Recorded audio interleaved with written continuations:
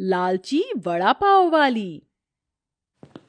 माँ, माँ। अरे अरे सोहन बेटा पीछे रहे, मैं वड़ा पाव की चटनी बना रही हूँ, कहीं गिर ना जाए। माँ मुझे भी पड़ोस वाली आंटी के बच्चों की तरह अच्छे अच्छे खिलौने चाहिए। खिलौने? अभी कुछ दिनों पहले ही तो मैंने तुझे नई बॉल दिलाई थी। वो बॉल बहुत बुरी है माँ, मुझे भी राज की तरह महंगी गाड़ी चाहिए।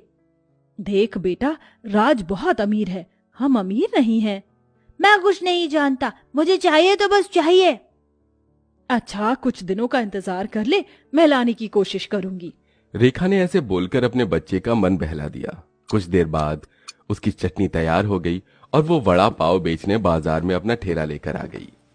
वड़ा पाव ले लो, वड़ा पाव गर्मा गर्म, खट्टी मीठी चटपटी और नारियल की चटनी के साथ वड़ा पाव। अरे रेखा जी, मुझे एक वड़ा पाव दीजिए। देती हूँ। बहुत ही स्वादिष्ट है भाई, इसमें थोड़ी सी मीठी चटनी डालिए ना। अभी डालती हूँ। रेखा ने चटनी डाल दी। उस आदमी ने वड़ा पाव खाया और वो 20 रुपए देकर वहां से जाने लगा। अरे सुनिए, ये आप क्या देकर जा रहे हैं? वड़ा पाव के पैसे। अब वड़ा पाव 20 का नहीं 40 का है। है क्या? 40 रुपए? लेकिन रेखा जी, मैं तो अभी कुछ दिनों पहले ही वड़ा पाव खाकर गया था, तब तो 20 रुपए का ही था। जब 20 रुपए का था, लेकिन अब पैसे बढ़ गए हैं, जल्दी मेरे पैसे दीजिए। उस आदमी ने मुंह सा बनाकर पैसे दिए और वो वहां से चला गया। पूरी दुनिया पैसा बनाने पर है, महंगाई कितनी बढ़ गई है। ऐसे में अगर मुझे भी अमीर बनना है तो मुझे जमाने के साथ साथ ही चलना होगा। अब से मैं वड़ा पाव 40 का ही बेचूंगी, तभी कुछ बात बनेगी। रेखा के मन में अमीर बनने के लिए लालच जाग रहा था। उसने अपना वड़ा पाव के रेट दोगुने कर दिए थे, लेकिन जिन लोगों को उसका वड़ा पाव पसंद था वो अभी भी उसी से वड़ा पाव खरीद कर खाते थे। बहन, अगर 2 दिन तुम्हारे हाथ का वड़ा पाव नारियल की चटनी के साथ ना मिले तो मैं तो चिड़चिड़ी हो जाती हूँ। लाओ एक बढ़िया सा वड़ा पाव लगाओ, अभी लो। इसी तरह से रेखा की दुकानदारी चल रही थी। वो अच्छी किस्म का माल लगाकर सफाई से वड़ा पाव बनाकर बेचती थी, जिसकी वजह से उसके ग्राहक लगभग बंधे हुए थे। एक दिन रेखा वड़ा पाव बेचने के बाद अपने घर लौट रही थी कि रास्ते में उसे एक बड़ा रेस्टोरेंट दिखाई दिया। कितना बड़ा रेस्टोरेंट है, इसे चलाने वाला भी कितना ज्यादा और अमीर होगा ना। काश मैं भी इतनी अमीर हो पाती, फिर मैं भी मॉल वगैरह से शॉपिंग करती, अपने बच्चों को बड़ी गाड़ी में घुमाती। रेखा ऐसे ही सोचती हुई घर आ गई। जब वो अपने घर के बाहर खड़ी हुई थी तब उसने अपने पड़ोस वाले घर को देखा। वो 2 मंजिल का काफी बड़ा घर था। पास में ही गाड़ी खड़ी हुई थी और परिवार की चहल पहल की आवाजें आ रही थी। एक इन लोगों की जिंदगी है, जो सोचा वही मिल जाता है, और एक तरफ हम गरीब हैं। बस बहुत हुआ, अब मैं और इस गरीबी में नहीं रहूंगी। मैं भी अपने बच्चों को वो सारी खुशियां दूंगी जो अमीर लोग देते हैं। उन्हें अच्छा खिलाऊंगी, अच्छा पहनाऊंगी।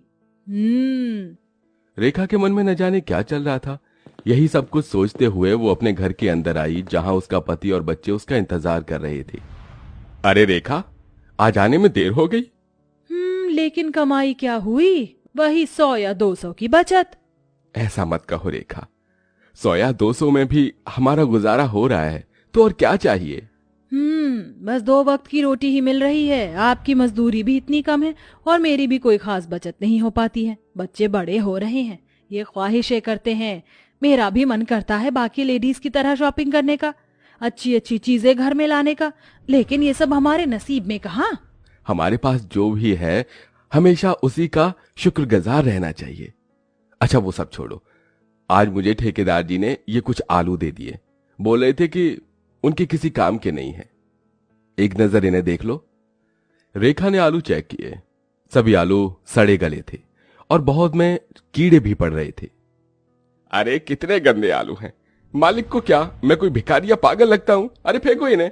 1 मिनट रुक जाइए मोहन जी, ये आलू मत फेंकिए। क्यों? मैं इन आलूओं को वड़ा पाव का भरता बनाने में इस्तेमाल कर सकती हूँ। इनका? रेखा, कहाँ दिमाग है तुम्हारा? ये चीज तो खराब है और तुम तो नग जैसी चीजों का इस्तेमाल करती थी। जानती हूँ, लेकिन मोहन जी मैंने जान लिया है, ईमानदारी से काम करते रहने से कोई कामयाबी नहीं मिलती है। सुबह से शाम तक ना जाने कितने ग्राहक आते हैं, लेकिन बचत नहीं होती। इसकी वजह है क्योंकि हम कुछ ज्यादा ही अच्छा माल लगाते हैं। पता है, ये बड़े बड़े रेस्टोरेंट वगैरह जो होते हैं ना, ये ऐसी ही चीजें लगाते हैं जिसकी वजह से इन्हें मुनाफा ज्यादा होता है। रेखा, ये तुम कैसी बातें कर रही हो? वो लोग नियत के साफ नहीं होते हैं जो ऐसा करते हैं। तुम चाहती हो कि तुम्हारा चलता हुआ काम ठप हो जाए? मुझे मत सिखाइए मोहन जी, मैं अब इस गरीबी से तंग आ गई हूँ। मैं ना अपने बच्चों की कोई फरमाइश पूरी कर पाती हूँ, ना ही अपनी। लेकिन अब ऐसा नहीं होगा, मैं वही करूंगी जो मेरे मन में आएगा। मोहन ने रेखा को बहुत समझाने की कोशिश की, लेकिन वो नहीं मानी। उसने उन्हीं सड़े हुए आलूओं से भरता बनाया और साथ ही उसने बेसन चटनी के लिए टमाटर वगैरह भी सभी घटिया किस्म के खरीदे। अरे वाह, इतने सारे वड़ा पाव का सामान पहले के मुकाबले आधे से भी कम दाम में आ गया। रेखा बहुत खुश हो रही थी। उसने अपने पुराने दामों पर ही लोगों को घटिया किस्म के वड़ा पाव बेचे। उसके ठेले पर उसकी पड़ोसन भी आई। कैसा चल रहा है सब कुछ रेखा जी? अरे रजनी जी, आप सब अच्छा ही है।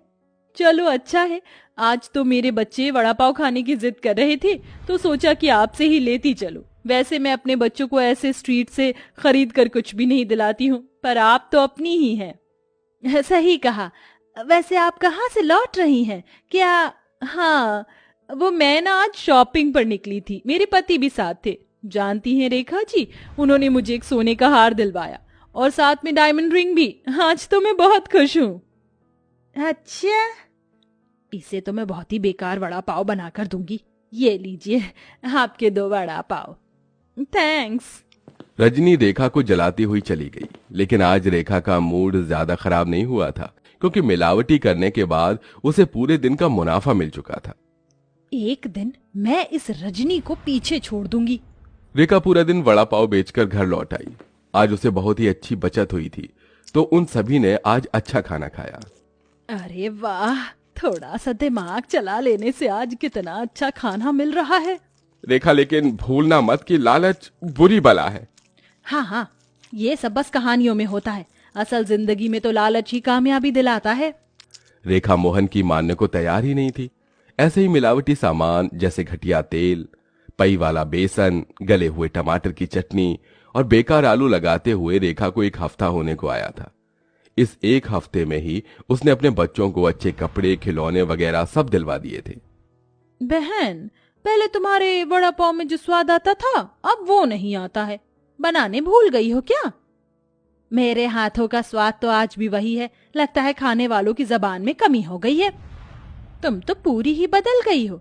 ये लो बहन तुम्हारे पैसे। रेखा की आदत भी खराब हो चुकी थी। वो अपने ग्राहकों से अच्छे से पेश नहीं आती थी और ऐसे ही चलते हुए अब लगभग 1 महीना होने को आया था। जो लोग रोजाना उसका वड़ा पाव खाते थे, अब वो बीमार पड़ने लगे।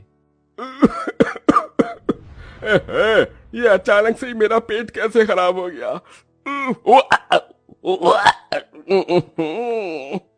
अब रेखा के ठेले पर लोग शिकायत लेकर आने लगे थे। अरे बहन, कैसा वड़ा पाव खिला रही हो? जब भी खाता हूँ मेरी तबीयत खराब हो जाती है। अच्छा, क्या सबूत है कि मेरे वड़ा पाव की वजह से हुआ है? तबीयत तो कैसे भी खराब हो सकती है। जाकर अपना चेकअप करवाइए। रेखा अपने ग्राहकों को इसी तरह टेढ़ा जवाब देकर भगा देती थी, जिसकी वजह से अब उसकी बिक्री बहुत कम हो गई थी। लोग उसके वड़ा पाव खाने ही नहीं आते थे। अरे यार देख वड़ा पाव, चल खरीदते हैं। नहीं, यहाँ से मत लेना। जानती है मेरी दादी माँ बता रही थी ये कोई खतरनाक चीज की मिलावट करती है। इसके यहाँ के वड़ा पाव खाकर सभी की तबीयत खराब हो जाती है। क्या सच? तब तो चल हम कहीं और से लेकर कुछ खाएंगे। अब रेखा के ग्राहक इसी तरह से जाने लगे थे। अब ना उसके बड़ा पाव में वो पुराना स्वाद था और ना ही अच्छा सामान। दिन में अगर एक ग्राहक भी आ जाता था तो वो भी फिर कभी नहीं आता था दोबारा। लगातार ऐसा ही चलने से रेखा परेशान हो गई। उसे अपनी गलती भी महसूस हो रही थी, लेकिन वो उसे मानने को तैयार नहीं थी। एक दिन वो अपने पति से बोली, अजी मैं कोई दूसरा काम करूंगी। ना जाने किसकी नजर लग गई मेरे काम को, कोई ग्राहक ही नहीं आता है। अरे नजर नहीं लगी, लालच खा गया। मैंने तुम्हें कितना रोका था रेखा कि लालच मत करो, लेकिन तुम नहीं मानी और तुमने अपने हाथों से अपने ही पैर पर कुल्हाड़ी मार ली। तुमने अपना चलता हुआ काम खुद ही ठप कर दिया। जानती हो, कामयाबी मेहनत से मिलती है, लालच से नहीं। तभी तो कहते हैं कि लालच बुरी बला है। अपने पति की बात सुनकर रेखा सिर पकड़कर बैठ गई। अब उसे अपनी गलती महसूस हो गई थी। उसने आगे से फिर कभी लालच न करने की कसम खाई और वापस से अच्छी किस्म का सामान लगाकर ही उसने काम को दोबारा शुरू किया। धीरे धीरे अब उसके स्वाद से ग्राहक लौटने लगे और अब सब कुछ ठीक होता जा रहा था।